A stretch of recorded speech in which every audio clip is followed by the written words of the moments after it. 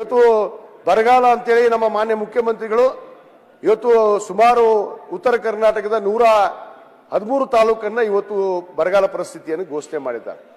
ಇವತ್ತು ಇಡೀ ದೇಶಕ್ಕೆ ಗೊತ್ತಿರುವಂತ ವಿಚಾರ ಕರ್ನಾಟಕ ರಾಜ್ಯದಲ್ಲಿ ಇವತ್ತು ಏನು ನಡೆದಿದೆ. ಕರ್ನಾಟಕದ ಪಾಲು ಏನು ಇವತ್ತು ಕೇಂದ್ರ ಸರ್ಕಾರ ಏನು ಕೇವಲ ಬರಗಾಲ ವೀಕ್ಷಣೆಗಾಗಿ ಇವತ್ತು ತಂಡಗಳನ್ನು ಕಳಿಸಿದ್ರು, ಆದರೆ ಬರಗಾಲಕ್ಕೆ ಪರಿಹಾರವನ್ನು ಕೊಡುವಂತ ಕೆಲಸ ಇವತ್ತು ಮಾಡಲಿಲ್ಲ. ಕೇವಲ ತಂಡಗಳು ವೀಕ್ಷಣೆ ಮಾಡ್ಕೊಂಡು ಹೋದ್ವು.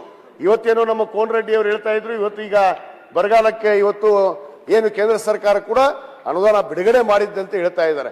ಆದರೆ ನಮ್ಮ ಮಾನ್ಯ ಮುಖ್ಯಮಂತ್ರಿಗಳು ಈಗಾಗಲೇ ನಮ್ಮ ಎಲ್ಲ ಉಸ್ತುವಾರಿ ಸಚಿವರುಗಳಿಗೆ ಮತ್ತು ಅಲ್ಲಿ ಸ್ಥಳೀಯ ಶಾಸಕರುಗಳಿಗೆ ಮತ್ತು ಅಧಿಕಾರಿಗಳಿಗೆ ಸೂಚನೆಯನ್ನು ಕೊಟ್ಟು ಜಿಲ್ಲಾ ಆಡಳಿತ ಮತ್ತು ಎಲ್ಲ ಇಲಾಖೆ ಅಧಿಕಾರಿಗಳು ಈಗಾಗಲೇ ಬರ ಪರಿಸ್ಥಿತಿಯನ್ನ ಇವತ್ತು ವಿವರಣೆ ಮಾಡಿದ್ದಾರೆ. ಇವತ್ತು ಏನು ಮಾನ್ಯ ಮುಖ್ಯಮಂತ್ರಿಗಳು ಇವತ್ತು ಯಾರು ಬಿತ್ತನೆ ಮಾಡಿದಂತ ರೈತರಿಗೆ ಪ್ರತಿ ಎಕರೆಗೆ 2,000 ರೂಪಾಯಿ ಏನು ಅನುದಾನವನ್ನು ಕೂಡ ಇವತ್ತು ಘೋಷಣೆ ಮಾಡಿದ್ದಾರೆ. ಅದನ್ನ ಹೆಚ್ಚಿಸಬೇಕು ಅಂತ ಹೇಳಿ ನಾನು ವಿನಂತಿ ಮಾಡ್ಕೋತೇನೆ. ಬಹಳಷ್ಟು ವಿವರವಾಗಿ ಮಾತಾಡಿದ್ದಾರೆ, ನಾನು ಬಹಳಷ್ಟು ಮಾತಾಡಕ್ಕೆ ಹೋಗೋದಿಲ್ಲ.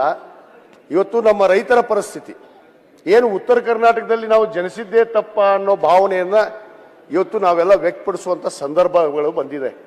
ಯಾಕೆ ಈ ಮಾತನ್ನು ಹೇಳ್ತೀನಿ ಅಂದ್ರೆ, ಇಲ್ಲಿ ಒಬ್ಬ ರೈತನಾಗಿ ಹುಟ್ಟಿದ್ರೆ ರೈತನಿಗೆ ಸರಿಯಾಗಿ ಮಳೆ ಇಲ್ಲ, ನೀರಾವರಿ ವ್ಯವಸ್ಥೆಗಳಿಲ್ಲ.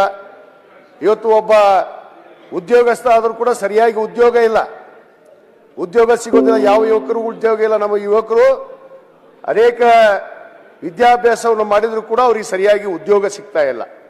ಯಾವುದೇ ರಂಗವನ್ನು ತೆಗೆದುಕೊಳ್ಳಿ ಮಾನ್ಯ ಅಧ್ಯಕ್ಷರೇ, ರೈತರ ಪರಿಸ್ಥಿತಿ ಸರಿ ಇಲ್ಲ. ಇವತ್ತು ಶಾಲಾ ಕಾಲೇಜ್ ಶೈಕ್ಷಣಿಕ ಇಲಾಖೆಗಳು ಸರಿ ಇಲ್ಲ, ಆರೋಗ್ಯ ಪರಿಸ್ಥಿತಿಗಳು ಸರಿ ಇಲ್ಲ. ಯಾಕೆ ಇಷ್ಟೊಂದು ನಿಷ್ಕಾಳಜಿ ಉತ್ತರ ಕರ್ನಾಟಕದ ಬಗ್ಗೆ ಇವತ್ತು ಆಗ್ತಾ ಇದೆ ಅನ್ನೋದ್ರ ಬಗ್ಗೆ ಇವತ್ತು ನಾವು ಪ್ರಶ್ನಿಸ್ತಾ ಇದ್ದೀನಿ. ಯಾಕಂದ್ರೆ ಈ ರೀತಿ ತಾರತಮ್ಯ ಆಗಬಾರ್ದು.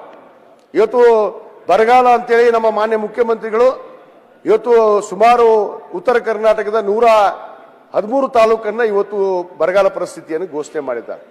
ಇವತ್ತು ಇಡೀ ದೇಶಕ್ಕೆ ಗೊತ್ತಿರುವಂತ ವಿಚಾರ ಕರ್ನಾಟಕ ರಾಜ್ಯದಲ್ಲಿ ಇವತ್ತು ಏನು ನಡೆದಿದೆ.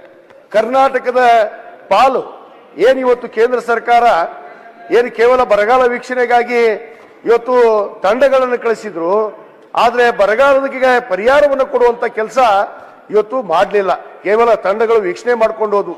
ಇವತ್ತೇನೋ ನಮ್ಮ ಕೋನ್ ರೆಡ್ಡಿ ಅವರು ಹೇಳ್ತಾ ಇದ್ರು, ಇವತ್ತು ಈಗ ಬರಗಾಲಕ್ಕೆ ಇವತ್ತು ಏನು ಕೇಂದ್ರ ಸರ್ಕಾರ ಕೂಡ ಅನುದಾನ ಬಿಡುಗಡೆ ಮಾಡಿದ್ದಂತ ಹೇಳ್ತಾ ಇದ್ದಾರೆ.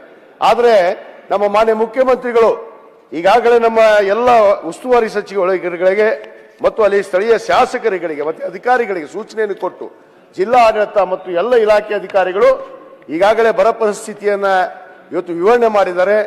ಇವತ್ತೇನು ಮಾನ್ಯ ಮುಖ್ಯಮಂತ್ರಿಗಳು ಇವತ್ತು ಯಾರು ಬಿತ್ತನೆ ಮಾಡಿದಂತ ರೈತರಿಗೆ ಪ್ರತಿ ಎಕರೆಗೆ 2,000 ರೂಪಾಯಿ ಏನು ಅನುದಾನವನ್ನು ಕೂಡ ಇವತ್ತು ಘೋಷಣೆ ಮಾಡಿದ್ದಾರೆ. ಅದನ್ನ ಹೆಚ್ಚಿಸಬೇಕು ಅಂತ ಹೇಳಿ ನಾನು ವಿನಂತಿ ಮಾಡ್ಕೋತೇನೆ.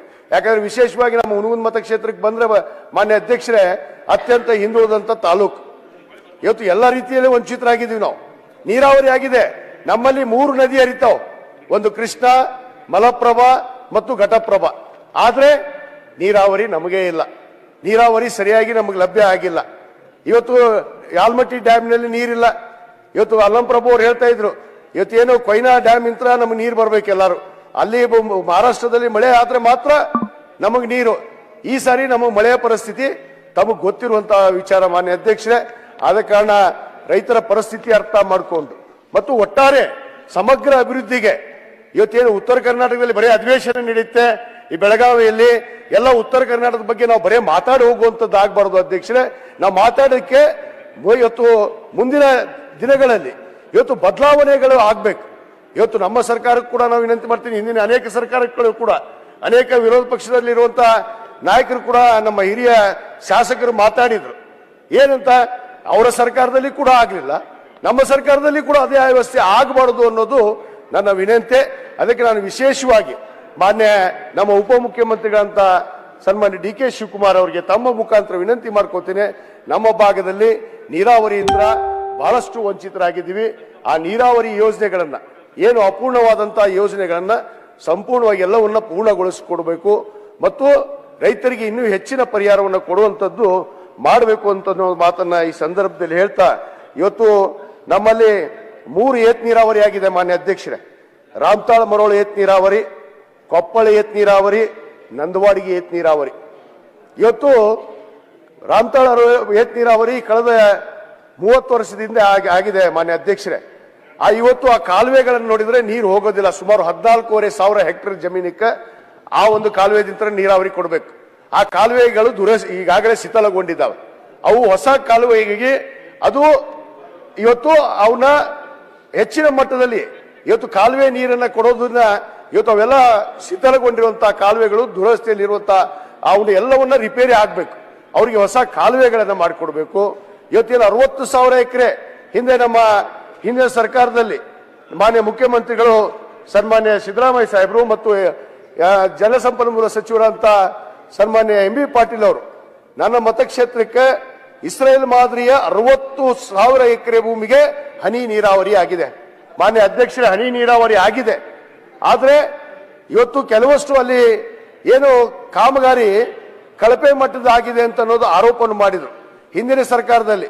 ಅದು ಯಶಸ್ವಿಯಾಗಿ ನಡೆದರೂ ಕೂಡ ಅದರ ಉದ್ದೇಶಪೂರ್ವಕವಾಗಿ ಕಳಪೆ ಮಟ್ಟದಾಗಿದೆ ಅಂತ ಹೇಳಿ ಆರೋಪ ಮಾಡಿ ಇವತ್ತು ಆ ಗುತ್ತಿಗೆದಾರರು ಇವತ್ತು ಅರ್ಧಕ್ಕೆ ಆ ಯೋಜನೆಗಳನ್ನ ಬಿಟ್ಟು ಹೋಗಿದ್ದಾರೆ. ಅವು ಇವತ್ತು ಸರಿಯಾಗಿ ಅಲ್ಲಿ ರೈತರಿಗೆ ಆ ಹನಿ ನೀರಾವರಿ ಒದಗ್ತಾ ಇಲ್ಲ. ಮಾನ್ಯ ಅಧ್ಯಕ್ಷರೇ, ಆ ಒದಗಿಸುವಂತ ಕೆಲಸ ಆಗಬೇಕು. ಅವು ಯಾರ್ಯಾರು ಅಲ್ಲಿ ತಾರತಮ್ಯ ಮಾಡಿದರೆ ಅದನ್ನ ಸರಿಪಡಿಸುವಂತ ವ್ಯವಸ್ಥೆ ಆಗಬೇಕು ಅಂತ ಹೇಳಿ ನಾನು ವಿನಂತಿ ಮಾಡ್ಕೋತೇನೆ. ಮತ್ತು ಕೊಪ್ಪಳ ಏತ್ ನೀರಾವರಿಯಲ್ಲಿ ಮಾನ್ಯ ಅಧ್ಯಕ್ಷರೇ, ನನ್ನ ಮತಕ್ಷೇತ್ರಕ್ಕೆ ಸುಮಾರು 8,500 ಹೆಕ್ಟೇರ್ ಭೂಮಿಗೆ ನೀರಾವರಿ ಆಗ್ಬೇಕು. 8,500 ಭೂಮಿಗೆ ನೀರಾವರಿ ಆಗ್ಬೇಕು. ಆದ್ರೆ ನಮ್ಮ ಸರ್ಕಾರ ಇದ್ದಾಗಲೇ ನಾವು ಕೊಪ್ಪಳ ಏತ್ ನೀರಾವರಿಯನ್ನ ಇವತ್ತು ಮಾಡಿದಾಯ್ತು. ಆದ್ರೆ ಮುಂದುವರೆದು ಹಿಂದಿನ ಸರ್ಕಾರ ಆ 8,500 ಭೂಮಿಗೆ ಹೆಕ್ಟೇರ್ ಭೂಮಿಗೆ ಇನ್ನೂ ಕೂಡ ನೀರಾವರಿಯನ್ನ ಕಲ್ಪಿಸಿಕೊಡುವಂತ ಕೆಲಸ ಆಗಿಲ್ಲ. ಆ 8,500 ಹೆಕ್ಟೇರ್ಗೆ ಏನೋ ನೀರಾವರಿಯನ್ನು ಒದಗಿಸಬೇಕು. ನಂದವಾಡಿಗೆ ಏತ್ ನೀರಾವರಿಯಲ್ಲಿ ಕೂಡ ಇವತ್ತು ನಮ್ಮ ಇನ್ನು ಉಳಿದಂತ 26 ಗ್ರಾಮಗಳಿಗೆ ನೀರಾವರಿಯನ್ನು ಒದಗಿಸಬೇಕು ಮಾನ್ಯ ಅಧ್ಯಕ್ಷರೇ. ಮತ್ತು ಪುನರ್ವಸತಿ ಪುನರ್ ನಿರ್ಮಾಣ ಇಲಾಖೆಯಲ್ಲಿ ಇವತ್ತು ನಮ್ಮ ಪ್ರತಿ ಸಾರಿ ಏನು ಕೃಷ್ಣ, ಮಲಪ್ರಭಾ ಮತ್ತು ಘಟಪ್ರಭಾ ನದಿ ಮೇಲೆ ಇರುವಂತ ನಮ್ಮ ಹಳ್ಳಿಗಳು ಇವತ್ತು ಜಲಭರಿತ ಆಗ್ತವೆ ಅಧ್ಯಕ್ಷರೇ. ಅವು ಅತಿವೃಷ್ಟಿ ಆಗ್ತವೆ. ಅವರು ಹೆಚ್ಚುವರಿ ಭೂಮಿಯನ್ನು ಕಳ್ಕೊಂಡಿದ್ದಾರೆ, ಅದಕ್ಕೆ ಪರಿಹಾರ ಇಲ್ಲ. ಇವತ್ತು ಮನೆಗಳನ್ನು ಕಳ್ಕೊಂಡಿದ್ದಾರೆ, ಜಾನುವಾರು ಕಳ್ಕೊಂಡಿದ್ದಾರೆ, ಬೆಳೆ ಕಳ್ಕೊಂಡಿದ್ದಾರೆ, ಎಲ್ಲ ಕಳ್ಕೊಂಡಿದ್ದಾರೆ. ಇನ್ನೂ ಕೂಡ ಅವರಿಗೆ ಪರಿಹಾರ ಸಿಕ್ಕಿಲ್ಲ ಮಾನ್ಯ ಅಧ್ಯಕ್ಷರೇ. ಈ ಸುಮಾರು 26 ಹಳ್ಳಿಗಳು ಪುನರ್ವಸತಿಯನ್ನ ಹೊಂದಬೇಕಾಗಿದೆ.